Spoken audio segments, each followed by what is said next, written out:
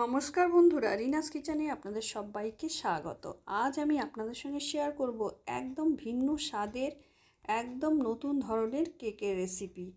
খেতে কিন্তু অসাধারণ হয় বন্ধুরা। এই কেক আপনারা বাচ্চা কিংবা বড় সবাই টিফিন হিসাবে দিতে পারেন, আর বাড়িতেও সকালে কিংবা বিকালে কিংবা দুপুরে যখন ইচ্ছা খেতে পারেন। খেতে কিন্তু অসাধারণ হয়, আর এটা কিন্তু খুবই হেলদি আর টেস্টি হয়। এতে কিন্তু কোনো রকম আমি ময়দা, সুজি কিংবা আটা ব্যবহার করিনি। আমি কিন্তু কোনো রকম তেল বা ডিমও কিন্তু ব্যবহার করিনি। সম্পূর্ণ একদম নিরামিষ এই কেক। আপনারা অবশ্যই এইভাবে বাড়িতে তৈরি করে খাবেন আর কমেন্টে জানাবেন কেমন লেগেছে। আমি আশা রাখছি এই কেকের রেসিপি কিন্তু আপনাদের খুবই ভালো লাগবে, আর খুবই হেলদি একটা রেসিপি। আপনারা যখন খুশি খেতে পারেন, আর বাড়িতে কিন্তু এইভাবে বানিয়ে রেখে দিতে পারেন। এটা সসের সাথেও খেতে পারেন বা শুধুও খেতে পারেন, বা যখন খুশি আপনারা দুপুরবেলা লাঞ্চ হিসাবেও খেতে পারেন। খেতে কিন্তু অসাধারণ হয়। আর এই রেসিপি তৈরি করতে আমি কী কী উপকরণ ব্যবহার করেছি আর কিভাবে তৈরি করেছি সম্পূর্ণ ভিডিওটা দেখতে থাকুন। আর ভিডিওটা ভালো লাগলে অবশ্যই একটা লাইক করবেন আর চ্যানেলটা সাবস্ক্রাইব করে পাশে থাকবেন। দেখতেই পাচ্ছেন কেকটা কতটা সুন্দর হয়েছে, একদম নরম আর স্পঞ্জি কেক তৈরি হয়েছে বন্ধুরা। আপনারা অবশ্যই এইভাবে একবার বাড়িতে বানাবেন। এটা কিন্তু ভেজিটেবল দিয়ে আমি তৈরি করেছি। আর এই কেকের জন্য আমি প্রথমেই নিয়েছি 1 কাপ চাল। যে চাল আমরা ভাত রান্না করে খাই, ঘরে থাকা চাল দিয়েই কিন্তু আর ঘরেই থাকা কয়েকটি উপকরণ দিয়ে এই রেসিপিটা আমি তৈরি করেছি। চালটাকে আমি জল দিয়ে ভিজিয়ে রেখে দেবো। হাতে যদি সময় থাকে বেশি সময়ও ভিজিয়ে রাখতে পারেন। আমি কিন্তু 1.5 ঘন্টার মতন ভিজিয়ে রেখেছিলাম। তাতে কিন্তু চালটা ভালো মতন ভিজে গেছে। চালটা কিন্তু যত ভেজাবেন ততই কিন্তু কেকটা ভালো তৈরি হবে। দেখুন 1.5 ঘন্টা পরে আমি ফিরে এসেছি। চালটা আমার ভালো মতনই ভিজে গেছে। এবারে চালটাকে আমি খুব ভালো করে ধুয়ে পরিষ্কার করে নেব। চালটাকে অবশ্যই খুব ভালো করে ধুয়ে পরিষ্কার করে সাদা জল যতক্ষণ না বেরোয় ততক্ষণ কিন্তু ধুয়ে নিতে হবে। চালটাকে আমি ভালো করে ধুয়ে পরিষ্কার করে নিয়ে একটা মিক্সিং জার নিয়ে নিয়েছি। তার মধ্যে ভিজানো চালগুলো কিন্তু এর মধ্যে দিয়ে দিচ্ছি। প্রথমে কিন্তু আমি কোনো জল ব্যবহার করব না, এমনি গুঁড়ো করে নেব। এইভাবে পেস্ট করে নেব। দেখতেই পাচ্ছেন কিভাবে আমি পেস্টটা করে নিয়েছি। একদম শুকনো শুকনো পেস্ট রেডি হয়েছে। এইভাবে প্রথমে ভালো করে চালিয়ে নিতে হবে। আবারও আমি চালিয়ে নিয়েছি, নিয়ে খুব ভালো করে পেস্ট রেডি করে নিয়েছি। নিয়ে এবার আমি এর মধ্যে জল যোগ করে দেবো। যে কাপে আমি 1 কাপ চাল দিয়েছিলাম সেই কাপে কিন্তু 1 কাপ জল আমি এর মধ্যে দিয়ে দিলাম। কিন্তু 1 কাপ জলটা আমি পুরোটা এর মধ্যে রাখবো না। এইভাবে চালটাকে ভালো করে ভিজিয়ে নিয়ে খানিকটা জল কিন্তু আমি ঢেলে নেব। সম্পূর্ণ জল দিলে ভালো করে পেস্ট রেডি করা যাবে না, তাই আমি ঢেলে নিলাম। দেখুন এই জলে কিন্তু আমার হয়ে যাবে, আমার আর এক্সট্রা জল কিন্তু যোগ করতে হবে না। দেখতেই পাচ্ছেন ওই জলেই কিন্তু আমার একটা মিহি পেস্ট রেডি হয়ে গেছে। এই রকম একটা গাঢ়ত্ব পেস্ট রেডি করে নিতে হবে। পাতলা পেস্ট রেডি করলে কিন্তু হবে না, পাতলা করলে কিন্তু রেসিপিটা ভালো হবে না। এইভাবে একটা পেস্ট রেডি করে নিতে হবে। এবারে চালের পেস্টটাকে আমি একটা পাত্রের মধ্যে ঢেলে নিচ্ছি।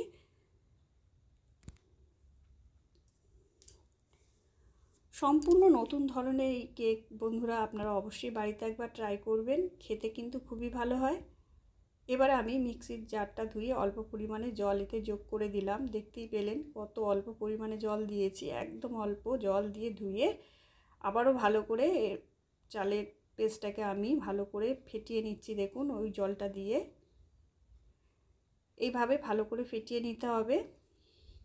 নিয়ে এবারে যে কাপে আমি চাল নিয়েছিলাম সেই কাপের হাফ কাপ টক দই দিয়ে আবার আমি ভালো করে ফেটিয়ে নেব। আর কিন্তু আমি জল এতে ব্যবহার করব না কোনো রকম। এতেই কিন্তু আমার রেসিপিটা ভালো রেডি হবে। আর বেশি পাতলা হলে কিন্তু কেকটা ভালো তৈরি হবে না। গাঢ়ত্বটা ঠিক এই রকম থাকবে। যেই হিসাবে আমি জল দিয়েছি ঠিক সেই হিসাবেই কিন্তু জলটা ব্যবহার করবেন। আর দিয়ে দিলাম খানিকটা ক্যাপসিকাম কুচানো আর খানিকটা গাজর কুচানো।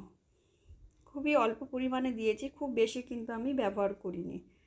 এইভাবে যদি বানান বন্ধুরা, বাচ্চারাও কিন্তু অনেকটা সবজি খেয়ে ফেলবে। তারা বুঝতেই পারবে না যে কেক মনে করে কেকের সঙ্গে কতটা সবজি তারা খেয়ে ফেললো। এবার আমি খানিকটা ধনেপাতা কুচানো দিয়ে দিলাম, দিয়ে ভালো করে নাড়াচাড়া করে নিচ্ছি, ভালো করে ফেটিয়ে নিতে হবে। আর আপনারা যদি মনে করেন কাঁচা লঙ্কা খাবেন, এতে কাঁচা লঙ্কাও দিতে পারেন ঝাল ঝাল খেতে চাইলে, কিন্তু আমি লঙ্কা দেব না।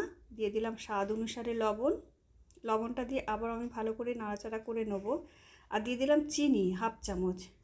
চিনিটা যেহেতু টক দই দিয়েছি তাই একটু চিনি ব্যবহার করলাম। আপনারা মিষ্টির আন্দাজটা যেমন মিষ্টি খেতে পছন্দ করবেন সেইভাবে মিষ্টিটা ব্যবহার করবেন। মিষ্টি বেশি পরিমাণে খেতে চাইলে এর থেকে বেশি পরিমাণেও দিতে পারেন। আর দিয়ে দিলাম অল্প পরিমাণে গোলমরিচের গুঁড়ো, দিয়ে আবার আমি ভালো করে ফেটিয়ে নিচ্ছি। এইভাবে খুব ভালো করে কিন্তু ফেটিয়ে নিতে হবে।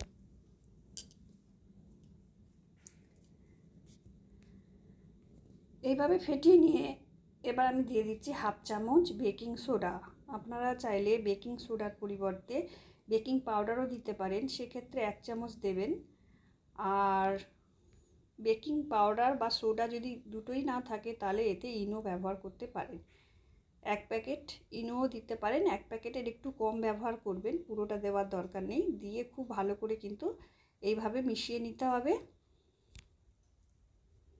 খুব ভালো করে নাড়াচাড়া করে নিলাম আমি।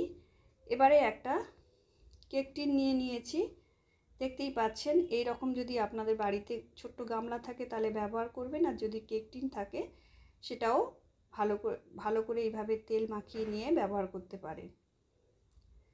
তেলটা কিন্তু খুব ভালো করে মাখিয়ে নিতে হবে, নালে কেকটা ভালো করে উঠবে না। এইভাবে ভালো করে তেলটাকে লাগিয়ে নিতে হবে গামলার গায়ে বা কেক টিনের গায়ে।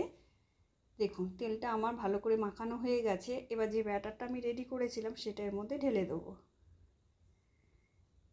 এইভাবে ব্যাটারটাকে ঢেলে দেবো। দিয়ে দেখুন ওভেনে একটা কড়াই বসিয়ে দিয়েছি আর দিয়ে দিয়েছি খানিকটা জল। একটা স্ট্যান্ড বসিয়ে দিয়েছি। কেকটা কিন্তু আমি ভাপে তৈরি করব, জলের ভাপে। এবারে জলটা যখন ফুটতে শুরু করবে তখন কিন্তু এই গামলাটাকে বসিয়ে দেবো, ছোটো পাত্রটাকে কেকের, দিয়ে ঢাকা দিয়ে আমি লো ফ্লেমে 45 মিনিট রান্না করে নেবো। 45 মিনিট পরে ফিরে আসছি। দেখুন এর মাঝেও আমি এক আধবার খুলে দেখেছি। দেখুন এবার একটা টুথপিক দিয়ে দেখে নিচ্ছি, টুথপিকটা কিন্তু একদমই পরিষ্কার। কেকটা আমার রেডি হয়ে গেছে। এবারে ঠান্ডা করে নিয়েছি, ভালো করে ঠান্ডা করে নিয়ে একটা ছুরি দিয়ে কেটে নিচ্ছি। বেশ খানিকটা সময় নিয়ে কিন্তু কেকটাকে ঠান্ডা করে নিতে হবে, তাহলে কেকটা যদি সামান্য একটু নরম থাকে তাহলে সেট হয়ে যাবে। দিয়ে এভাবে ছুরি দিয়ে কেটে নিচ্ছি। দেখুন চারিদিকটা আমি ছুরি দিয়ে ছাড়িয়ে নিচ্ছি, নিয়ে একটা প্লেটের মধ্যে কেকটাকে বের করে নিচ্ছি। রেডি হয়ে গেল দুর্দান্ত স্বাদের রাইস কেক। বন্ধুরা, ভেজিটেবল রাইস কেক রেসিপিটা কেমন লেগেছে অবশ্যই একটা লাইক করবেন।